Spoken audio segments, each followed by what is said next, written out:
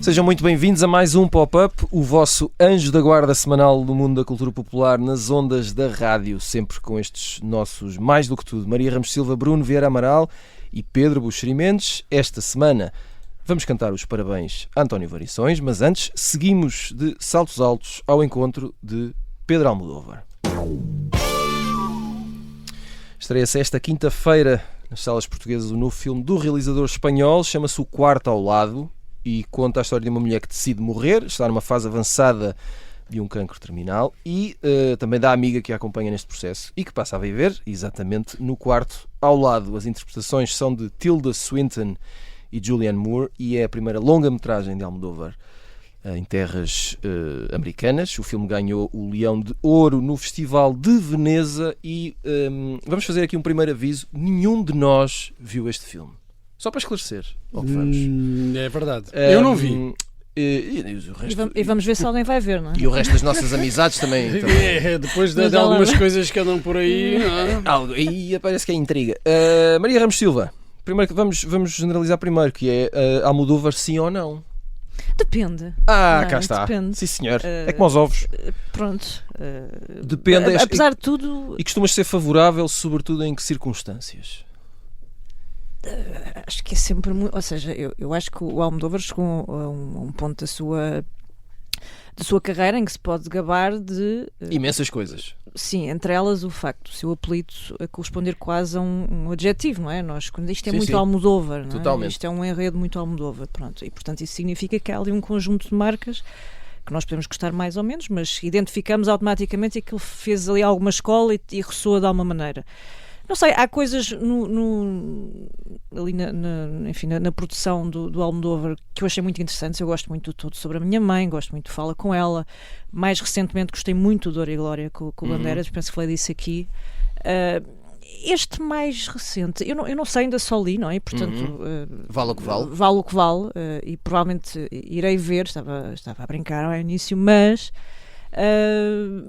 as indicações com que fiquei não são as melhores, porque de facto parece-me que há ali uma tentação para um certo estilizar, não é? Ali do tema, daquela criação, daquela ideia. A eutanásia está no centro da história, não é? Pronto, mas isso eu acho que isso não, o tema em si, ou o tratamento do tema não me choca. Eu acho que mais uma vez é muito a vida e o morte, não é? Essa pulsão entre aquilo que é vital e um lado também fúnebre, se quiser, está sempre muito... Não é novo no cinema. Sim, é totalmente compatível e até é altamente identificável na obra dele. Agora, não sei, parece-me um pouco...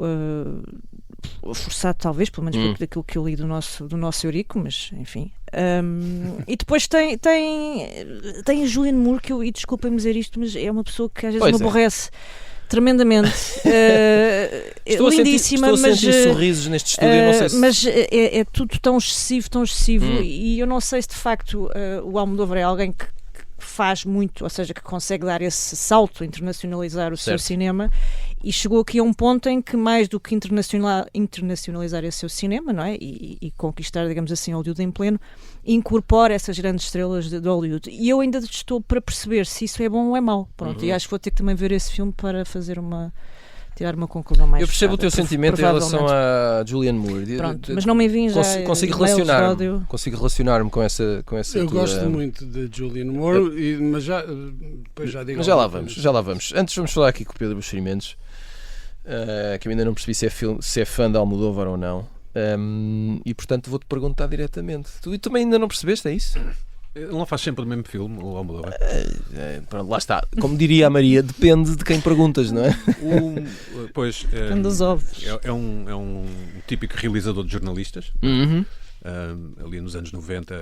Tinha saudades. Cada vez que havia um filme novo do Almodóvar era feriado, era em Lisboa.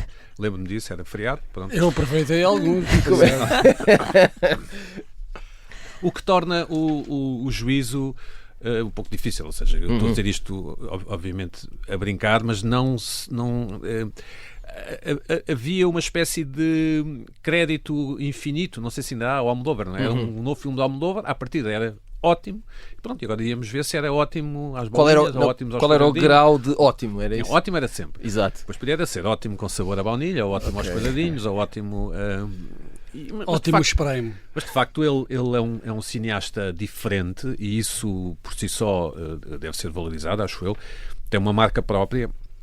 E a ideia que dá é que os atores se entregam, não é? Que entregam aos papéis e gostam de trabalhar com ele.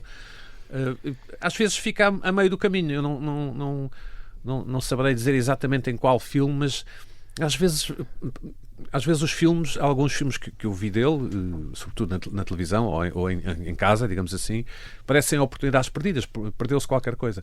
Mas como eu gosto muito de Espanha, dos espanhóis, dos atores espanhóis, das atrizes espanholas, aproveito para ver a paisagem. É um critério como outros qualquer. Mas já agora, se eu te perguntar se tens um filme favorito de Almodóvar... O Fala Com Ela, não é? Que É? é um dos mais... E aquele Tudo Sobre a Minha Mãe são os... Não, tu sinto que estás a tirar nomes assim um bocadinho... Não, são os mais... por exemplo, aquele Vicky Barcelona do Woody Allen, Sim. na minha cabeça é um bocado um filme do Almodóvar. Tenho alguma dificuldade em me lembrar... És capaz de confundir as coisas se for assim de repente. É como se tudo exatamente. fosse espanhol, de repente é Almodóvar, não é? Não diria tudo. A Casa de Papel não é um bom exemplo Sim. daquilo que não é Almodóvar. Exato. Pronto. Para pior, obviamente. Para pior, obviamente. Eu acho que há ali qualquer coisa autoral, aqui no bom sentido, no Almodóvar, mas ao mesmo tempo faz sempre o mesmo filme, não é? Percebo. Porque é um estilo muito. É um estilo tão marcado. Olha, temas que são recorrentes também, não é? Sim. Sim. E atrizes Mas, e atores. sim, claro. Mas é nos filmes. visualmente e depois também no universo. É tão marcante, é tão vincado esse estilo que é facilmente não só identificável, tu consegues ver por uma imagem. Se aquilo é Almodóvar, Não precisas de muito tempo. não é? precisas Sim. para perceber que aquilo é Almodóvar, e isso tem um problema, é que por ser facilmente identificável também torna mais fácil a autoimitação. E de cair numa excessiva estilização, provavelmente é isso de que este filme transplantado, não é, para outro mundo, que não é o que ele filma habitualmente, este filme está a ser acusado disso, não é? Ou seja, o Almodóvar fora do seu mundo habitual, não é? De Espanha, daquele universo e aquelas personagens que ele domina bem, mas leva o aparato estético com ele para que seja um filme dele. Até porque há aqui uma questão importante, que é a ligação, não é só por ele ser espanhol, é a forma como a língua está relacionada com as interpretações, com os retratos que ele faz nos filmes, não é? Portanto, a questão de ser espanhol não é por acaso, não é só uma nacionalidade. Não é? Sim, não é só. Olha que história tão boa, que enredo tão bom. Que é engraçado, por acaso passa-se em Espanha, não é só isso? Não, aquilo. Aliás, se tu pensares bem, eu estava a pensar acerca do Woody Allen e o Pedro mencionou um dos filmes que o Woody Allen fez na Europa porque precisava de financiamento ou davam-lhe essa possibilidade. E foi rodando as cidades, aliás. E foi fazendo, e com filmes desiguais, mas sentes sempre que não é... Ele bem que faz a tentativa de adaptar o enredo àquelas realidades, mas parece que é sempre uma coisa que não combina bem. Há ali uma bonecos dissonância. no sítio, não é? Sim. Pronto, e depois vais adaptando para a coisa não parecer demasiado forçada. E no Almodóvar, de facto, aqueles filmes são espanhóis, só podiam ser, e não é uma limitação. Quanto a mim, isto é uma das virtudes do filme. Imagina, sei lá, estás a pensar em realizadores como o Ozu ou o Fellini, quer dizer, há coisas que são marcadamente dos locais de onde eles são. É difícil imaginar a história com aquele modo de filmar noutro país. Isto não é nenhuma defesa do nacionalismo. Sim. São limitadas a que aquilo Sim, está... ele vai buscar muita história, não é? Também esses vestígios do franquismo, a relação com a igreja, por exemplo, lembrar de uma educação, não é? Mesmo as questões das mulheres, a forma como ele olha para as mulheres, sim. das personagens femininas, seria completamente diferente se o filme fosse sueco. Outra geografia, claro. Sim, ele usa bem o kitsch, por exemplo. Não é? Ele Exato. usa muito Sim. bem. Sim. E é um pouco como, não sei, pelo menos falo por mim, é um pouco como vamos à casa de uma tia, ou fomos à casa de uma tia e há lá um galo de Barcelos e aquilo é apropriado, não é? E eu acho que isso nos filmes do Almodóvar, e acho também é uma marca de inteligência e de sensibilidade, parece-me ser de facto um tipo sensível, aqui também mais uma vez no sentido só positivo da palavra, não de excesso de vulnerabilidade. É um tipo que tem qualquer coisa a dizer e consegue passar isso para o espectador. Também são camp, os seus filmes, não é? Tem Sim. uma aragem camp, mas que também é do ponto de vista daquilo que nos interpela enquanto espectadores e, enfim, chama a atenção para questões se calhar que não estamos habituados, ou pelo menos falo por mim, é ganho. Agora, é um pouco aborrecido que sejam filmes de jornalista, no sentido que a partida são todos ótimos, espetaculares e incríveis, como acontecia aliás com o Woody Allen, até às questões levantadas pelo Farrow e também era tudo espetacular, incrível e amazing. Eu acho que há filmes, eu acho que ele tem filmes desiguais. Eu acho que há sempre ali um mínimo no Almodóvar que eu gosto, mas há filmes desiguais. Eu gosto muito mais do Mulheres à Beira de um Ataque de Nervos do que, por exemplo, agora, para ir buscar um recente, o Mães Paralelas. Acho que é um mau filme. Não gostei, mas o Dor e Glória é um grande filme, outra vez.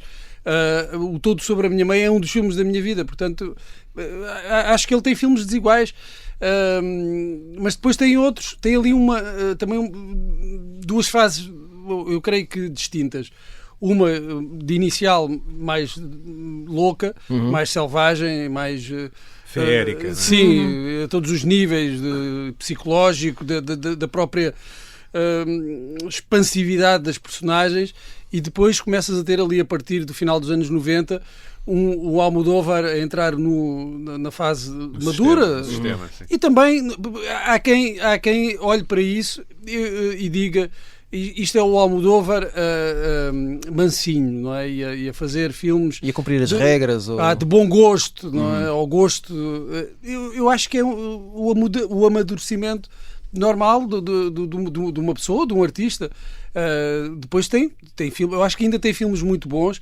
Percebo o que é que se diz, já ali parece que ele captou ali o tom certo do bom gosto, quando ele de início caminhava ali muitas vezes naquela fronteira do mau gosto, não é? Arriscava mais, mas eu não acho que isso seja propositado. Mas a questão é que se nós queremos que ele seja um Tom Ford, não é? Queremos? Pois não, queremos um bocadinho ali a rasgar, não é? Queremos um piquinho de azeite. Sim, queremos ali um bocadinho a rasgar as coisas, mas ele envelheceu, não é? Pois. Isso é uma chatice. Olha, mas diz-me uma coisa. E Julianne Moore, aqui em paralelo, vamos lá. Ora, aqui este é um dos problemas que eu tenho com o filme antes de ver o filme. Antes de ver o filme. Depois havíamos de trocar ideias quando víssemos o filme. Se me dissessem assim, olha, duas atrizes que fizessem um filme, duas atrizes de língua inglesa que fizessem um filme do Almodóvar, quais é que ele escolheria? Eu diria a Julianne Moore e a Tilda Swinton. Ou seja, são muito previsíveis. É o tipo de atriz de prestígio e que muitas vezes anda ali naquela coisa do camp e do queer, que eu iria buscar se eu fosse o tipo que faz o casting para os filmes do Almodóvar. Então manda um currículo. Pois, não, mas é um bocadinho, e nesse sentido é um pouco previsível. Talvez esse seja um pecado. Mas o que eu quero saber é se tu gostas de Julianne Moore ou não, então, porque eu pareceu-me que ias defendê-la. Então, claro, face aos ataques vis da Maria Ramos. Eu gosto muito da Julianne Moore, quase sempre. Quase todos os dias. Quase todos os dias. Gosto muito. Ela tem, para mim, o grande papel dela e lá está, de um realizador com alguns pontos de contacto, apesar de estar noutra completamente diferente geograficamente, que é o Todd Haynes, e que é o Safe, o seguro. Sim. Que é um papelão, o filme tem 30 anos para aí, e é um papelão da Julianne Moore, e a partir daí ela pode fazer o que quiser, que eu gosto sempre. E muito bem. Sim, senhor, antes do final da primeira parte, vamos avançar com as sugestões da semana no Post-it. E vamos começar com Maria Ramos Silva, que tem Tem coisinhas boas. George Harrison. Vamos começar por aí. Sim, olha, lembrei-me porque há a edição dos 50 anos do Living in a Material World, que foi aquele difícil sucessor do All Things Must Pass, um discaço. O difícil segundo álbum. E lembrei-me porque estive a ver o 64 dos Beatles, que, também na verdade não me deixou assim propriamente. Olha, sim, pronto. Mas ocorreu-me, é sempre uma bela reaudição. E depois, a propósito de Almodóvar, nem de propósito, o Nimas vai ter até ao Natal, o cinema Nimas vai ter até ao Natal, um ciclo sobre o melodrama. E, portanto, não há Julianne Moore, mas há Buñuel, há Fassbinder, há Ophuls, há Becker e há uma série de outros tipos bem... muitos deles já não estão entre nós, não é? Eu, se não mesmo, a maioria ou todos. Mas tipos com bom currículo. Mas com um ótimo currículo e, portanto, vale a pena passarem por lá, se puderem. Tipos que já não estão entre nós. O Pedro Buxeri Mendes quer falar-nos de surf, mas em livro. Não é bem surf. Não é Eu bem. estive nos Açores recentemente E apreciaste? sim, há aquela coisa que os Açores são lindos, lindo e o vulcão Então, mas e a não natureza. é lindo? Sim, mas claro que é, mas também é um lado histórico, um lado da história dos Açores, histórias dos Açores e das ilhas e da... por exemplo, fiquei a saber que uma coisa que já sabia, mas para a qual não estava completamente desperto, que a miudagem dos Açores nos anos 80 tinham todos calças leves, ou quase por causa da base das lajes, por exemplo. Esse tipo de histórias interessam mais do que propriamente os vulcões. Mas isso seria na terceira, não é? Na terceira, exatamente, neste caso. E aqui, o livro chama-se O Mais Velho Surfista do Atlântico, uma história de surfing nos Açores, portanto não é só surf. Surfing serão as modalidades praticadas nas ondas, diz o autor, Pedro Arruda, editado pela Tinta da China. O Pedro Arruda trabalha nos Açores e é um empresário ligado é um surfista, acho eu, ou alguém, um praticante, mas também um empresário ligado ao turismo. E põe aqui a conjetura de que o surfing, portanto, estes desportos feitos no mar, nas ondas, terão origem no Havaí, e ele descobre aqui uma pista açoriana que poderá ter sido um tal de George Cunha, que acompanhou a primeira pessoa, ou o primeiro surfista conhecido no início do século XX, numa espécie de digressão, exibindo estes desportos ligados ao mar e às ondas. Eu acho este tipo de histórias interessa-me, e pronto, ainda bem que este livro existe, O Mais Velho Surfista do Atlântico, uma história de surfing nos Açores, de Pedro Arruda. E ainda... Peço 1, 2, 3. E ainda, sim. Descobri na Max uma coisa chamada Yacht Rock. Yacht Rock. Ainda não vi, quero muito ver isso. É uma coisa sensacional. Yacht aqui pronunciado a Yacht, não é? Y-A-T-C-H. Que é um nome de um estilo musical dado a posteriori. Portanto, uns rapazolas fizeram uma série web cómica no princípio do século XXI, antes do YouTube, mas no tempo do MySpace, naquela altura, e deram este nome a um estilo de música que se chama Middle of the Road, AOR, Adult Oriented Rock, que que no fundo que seria a música ouvida quando as pessoas estavam em festas, em barcos, não é? Sim. Que é uma espécie de rock com uns toques de jazz e de soul. Do Big Brother, Steely Dan. Exatamente. Mas é bem apanhado. A questão é que é bem apanhado. E sabem que é um género que tem vindo a ser reapreciado nos últimos tempos. E eu estive a ver o documentário, ia só ver 3 minutos, porque enfim, estava aborrecido com a vida e era para me distrair. Mas quando for assim, liga-me. Acabei por ver o documentário todo. Isto depois de termos passado ontem um final de tarde ótimo no lançamento de um livro de um amigo nosso. É verdade. Toda a gente tem um plano, que é um livro do Bruno Vieira Amaral. E é um amigo muito bonito.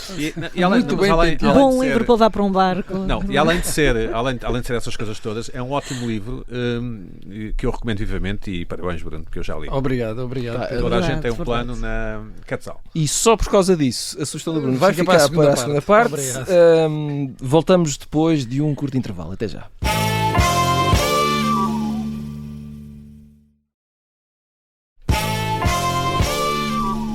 Estamos de regresso ao Pop-Up com Maria Ramos Silva, Bruno Vieira Amaral e Pedro Buxeri Mendes. 3 pessoas muito bonitas por dentro e muito bonitas por fora. E falar em ser bonito por dentro e por fora, Bruno Vieira Amaral, ainda não ouvimos a tua sugestão desta semana. A minha sugestão é um livro Ninguém esperava. De 1981, 1981, do Ian McEwan, que já foi publicado também há muitos anos em Portugal, chama-se em português Estranha Sedução, The Comfort of Strangers. Agora é uma reedição desse livro. Eu nunca tinha lido, eu li há muitos anos O Jardim de Cimento, que é o primeiro livro do Ian McEwan. Este é o segundo. e na altura fiquei fascinado, e foi na altura em que o Ian McEwan lançou o Amsterdão, o Sábado, e depois, pouco depois o Expiação, e eu nessa altura Estava em alta. papei isso tudo. Era um escritor de jornalistas, lá está. Depois podemos discutir. O Jardim de Cimento eu gostei muito, acho que continua a ser dos meus livros preferidos dele. É um livro estranhíssimo. Também gostei muito desse livro. E este aqui eu não tinha lido e agora estou a ler. É engraçado que tem marcas de um segundo livro, e é engraçado tu veres um autor que agora é super consagrado, e que este livro na altura também foi um sucesso, depois foi adaptado ao cinema pelo Paul Schrader, mas ver ali alguns sinais de insegurança, quanto a mim, típicos de um segundo livro. Ele ali um bocadinho a tentar navegar para ver se não se espalha. Sem saber muito bem para onde. Se não se espalha ao comprido, então recorre ali a algumas boias, assim, umas coisas de segurança para não cair, para não se afogar. Mas é um livro de que estou a gostar muito, ainda não acabei de ler, depois posso dar aqui a minha opinião definitiva num próximo programa, mas é a minha sugestão de hoje, Estranha Sedução, do Ian McEwan, o segundo romance de Ian McEwan. Muito bem, esta semana já falámos aqui sobre Pedro Almodóvar, cujo novo filme chega esta quinta-feira às salas portuguesas. Avançamos agora em frente e com todo o gosto para as canções de António Variações, que morreu há 40 anos e teria feito 80 esta semana. E é o tema central também de um colóquio que acontece por estes dias, esta quinta e sexta-feira, na Universidade Nova de Lisboa. É um colóquio que debate o artista, a música, o contexto social português de então e o inevitável legado de António Variações. Maria Ramos Silva, vou começar esta pequena conversa sobre este grande gênio com uma citação tua, que diz assim, abre aspas, este país não merece gente como António Variações.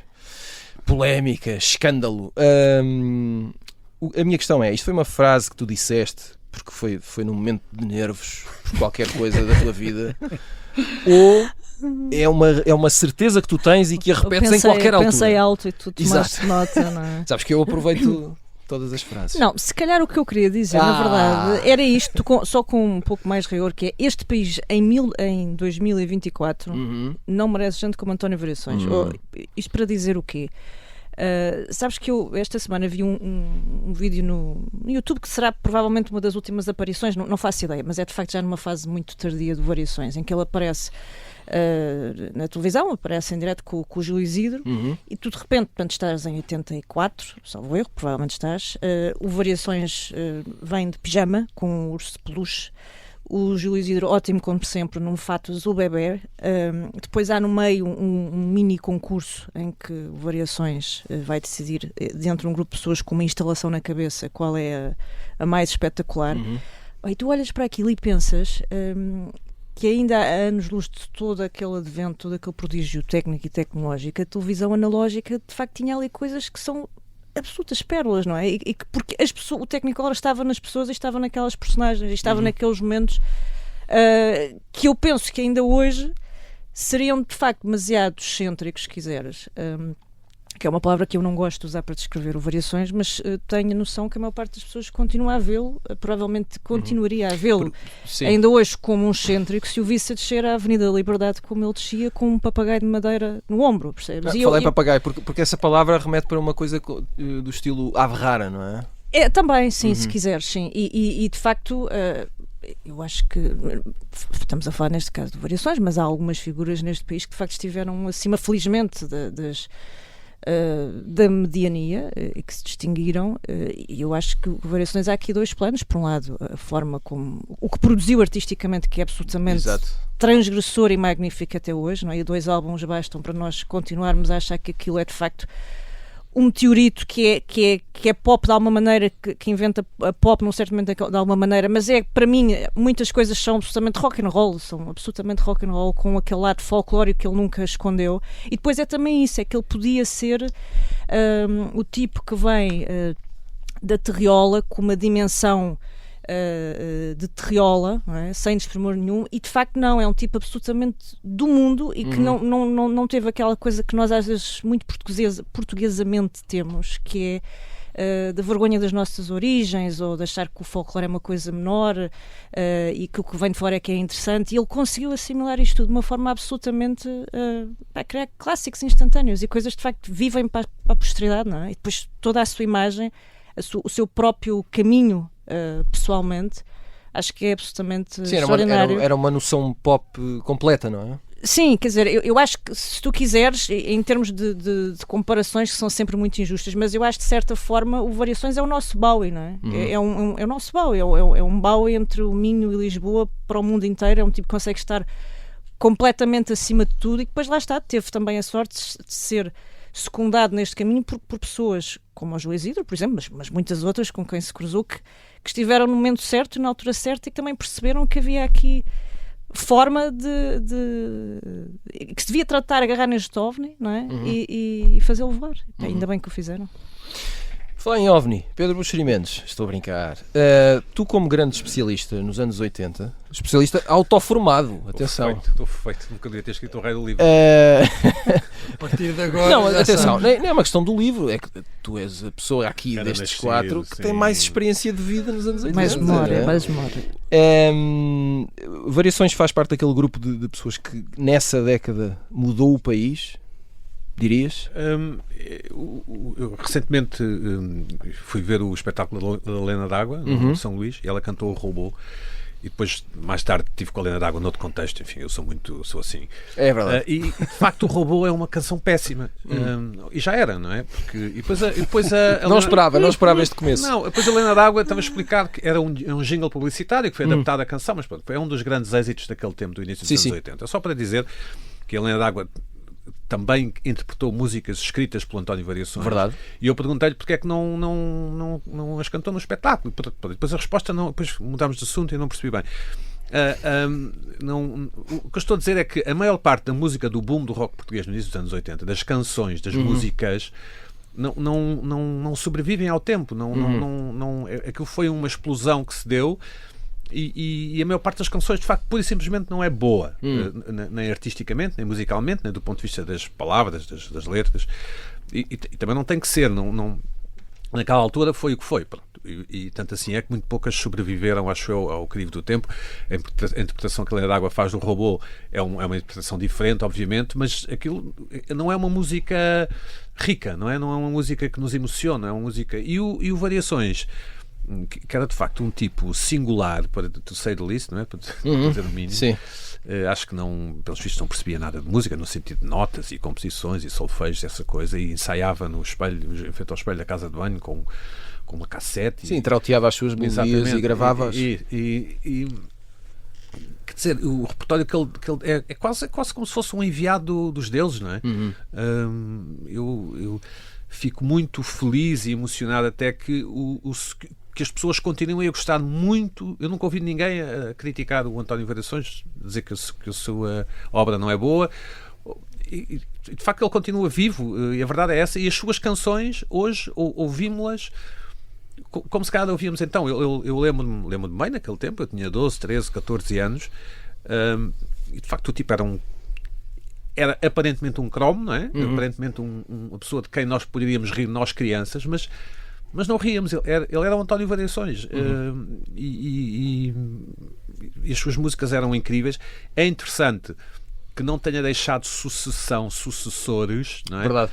Não nasceram émulos ou imitações ali e depois com os humanos, que de facto é também uma ótima vestimenta que deram às canções. É um projeto, acho que do David Fonseca, não é? Creio eu. Sim, da Manela Azevedo. Sim. Do Camané. Sim. Mas eu acho que é o David Fonseca o ideólogo, acho eu. Não sei. Mas para pronto. falar das vozes. Não, das vozes, sim, o Camané e a Manela Azevedo e o David Fonseca, mas que deu uma outra vestimenta às canções. A Helena d'Água interpretou algumas também.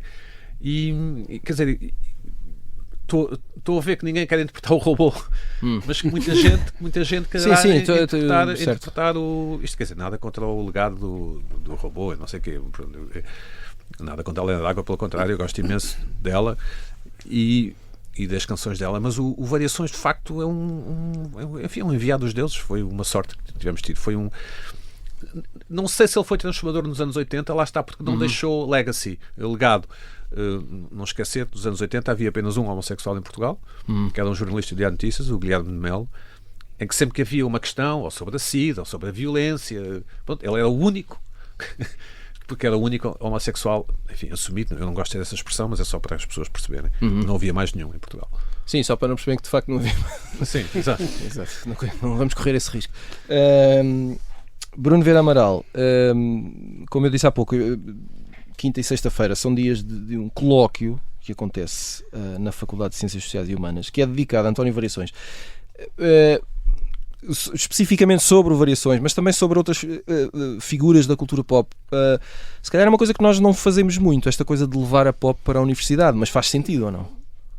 Sim, acho que faz sentido. Não acompanho as atividades académicas tão perto a ponto de saber se é feito muito esse trabalho ou não, mas é de saudar que haja essa atenção da academia a esses fenómenos. E, quer dizer, já passou o tempo suficiente em relação ao António Variações, à obra dele, ao que ele deixou, já não se vai acrescentar mais nada, para poder perceber o impacto que teve, o que é que representou.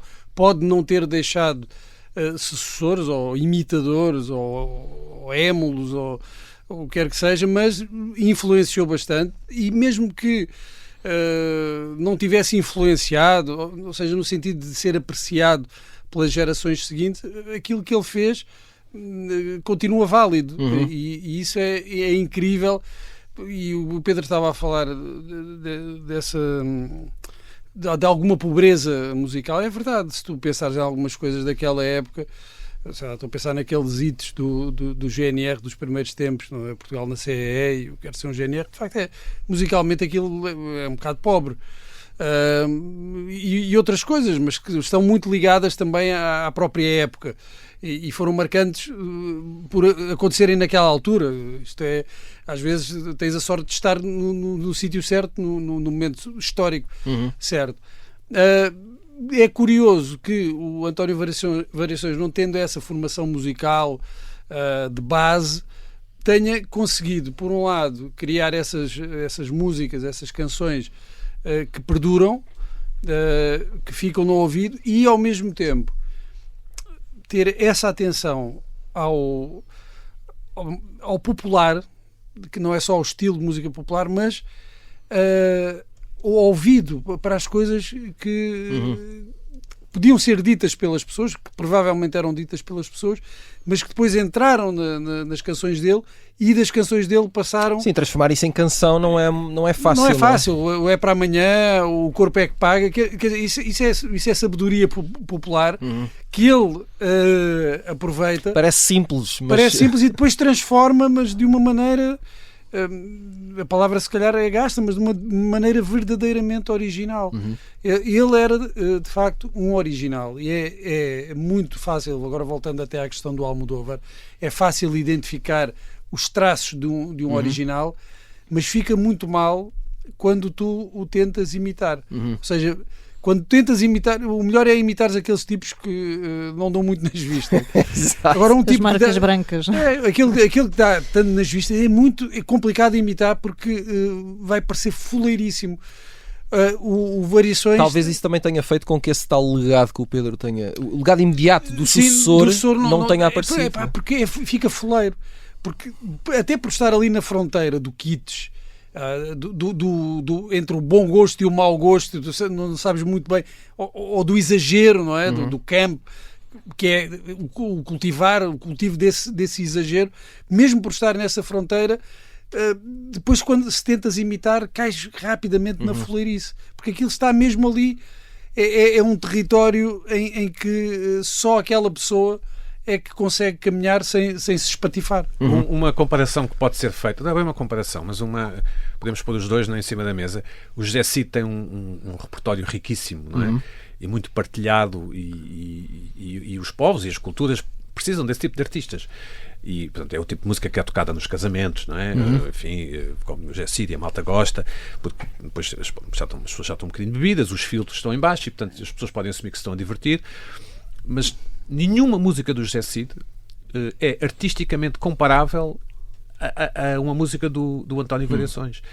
E, quer dizer, se calhar tínhamos ficado aqui a fazer 4 colóquios só para tentar perceber porquê, mas eu creio ser pacífico dizer que a nossa reação imediata é que as do Variações são muito melhores, são muito mais ricas. Nós tivemos naquele tempo Cristina, não vais levar a mal, mas beleza é fundamental, que é uma música dos Rock e Vários, um dos hits mais lembrados do rock português de então, uma das músicas pobres, como eu dizia, e o Bruno também. E o Variações não tem nenhuma deste tipo de músicas. E é do mesmo tempo, da mesma altura. Se formos por essa comparação com o José Cid tem muitas músicas que eu diria ao gosto popular. E eu acho que essa será a diferença. Enquanto o José Cid, quando compunha essas canções ao gosto popular, é um tipo com conhecimento, com essa formação musical, que sabe o que é que está a fazer, o Variações fazia aquilo porque era aquilo que ele era. Era instintivo. Se houver uma diferença, não sei, agora começámos a falar disto, não foi planeado. E bem. Mas parece-me que é um pouco isso. E o José Cid tem ali uma fase. O José Cid fez coisas totalmente diferentes, não é? Sim. Rock progressivo, essas coisas. E quando vai a esse repertório, quando entra nesse repertório mais ao gosto popular, ele sabe perfeitamente o que é que está a fazer. Aquilo é propositado, é deliberado. Enquanto que o Variações, aquilo não é pensado, aquilo é quase visceral. Então, mas vamos só aqui uns exemplos. Eu pedi-vos, antes de irmos embora, pedi-vos que escolhessem uma canção do António Variações. Vamos ouvir a primeira escolha da Maria Ramos Silva. Mergulha na minha onda, vais ver que te sentes bem. Mergulha na minha onda, vais ver que te sentes bem. Não é quente nem é fria, é o morno que te convém. Maria Ramos Silva, Onda Morna. Sim, nós falámos deste lado visceral, que há de facto no Variações, mas se tu reparares bem, eu acho que isso também lhe dá uma dimensão extra de intemporalidade. O Variações, nas canções dele, trata muito, por um lado, a sua sina pessoal, mas também a nossa sina coletiva. Não tanto se caem canções como estas, ainda que nós também sejamos especialistas no morninho, não é? Mas o É para Amanhã, o Quando Falam Português, o Linha Vida, mais sobre ele em particular. Mas quer dizer, há ali tanta coisa que, mais uma vez, é atual. Olha aqui uma pandeireta. De cabeça. O melhor instrumento do rock and roll. E a voz? Sim, não, eu de facto acho que é muito aquela coisa, parece é o choque que o Pedro falava há pouco do miúdo que enfia os dedos com água na tomada, e isto é a reação que nós temos, é mesmo, porque eu olho para Variações e é de repente o mundo da catequese e do Trump se encontram-se à esquina, e aquilo há ali uma espécie de fusão cósmica, não é? E ele de facto transforma-se num profeta raro, pronto. Não, é um É de bocadinho facto comovente. a Isabel Silvestre dos Cantares de Manhoso a cantar com os Talking Heads. Exatamente. Poderia ser isso. exato. Falar em catequese com Trumps, foi o que tu disseste, não é? Vamos ouvir a escolha do Pedro Buxeri Mendes. Tu estás livre, eu estou livre. É uma noite para passar. Estou a imaginar Pedro Buxeri Mendes a desfilar de mansinho pelo chão da discoteca, da boate, com um copo na mão. E, não, Esta é uma das canções pop. Isto é uma perfeitas. canção zorra. Canção zorra. Eu não escolhi esta porque eu sabia que alguém ia escolher. Canção do Engado, Pedro. Queres explicar porquê ou não? Não é preciso, não é? O Variações tem esta característica de nós não sabemos bem sequer quais são o nome das canções, não é? Com exceção para aí do Corpo é que Paga. Sim, certo, estou a perceber. A ligação óbvia entre... Sim. Não sei, é uma canção como o Bruno diz, não, quer dizer, não há muito a dizer, é uma obra-prima, não é? Como agora, mais recentemente, o Desfado da Ana Moura, não é? São canções que, estas duas e outras eventualmente, mas que nós podemos estar no Alasca e somos transportados para a nossa família, para o nosso país, para a nossa cultura, e isso pronto, é a marca do gênio, não é? É engraçado falar no fado, porque eu acho que o Variações para mim tem essa alma, é um fadista. Sim. Em última instância, Sim, o Variações tem é um alma. fadista, é Tem um grande essa fadista de pop. Vamos terminar e só vais beleza? dizer, Bruno, adoro esta canção, esta é a tua escolha. antes de irmos embora. Eu tenho um anjo da guarda, que me protege de noite e de dia. Isto é uma oração. Estás a ver? Mas Aliás, é uma oração. Já estás de mãos postas. Não, é uma oração cepidada, não é? E isto é a primeira vez que eu vi esta canção foi na versão dos Tristes Tigres. Com a voz da Ana Dias. É uma bela versão. Que é uma maravilhosa Mas é verdade, versão. verdade. Mas é muito bom depois ver as diferenças, o que é que eles fizeram e perceber aqui esta coisa mais crua desta versão, que é uma oração. Muito bem, meus amigos, chegamos ao final de mais um pop-up e voltamos na próxima semana. Até lá.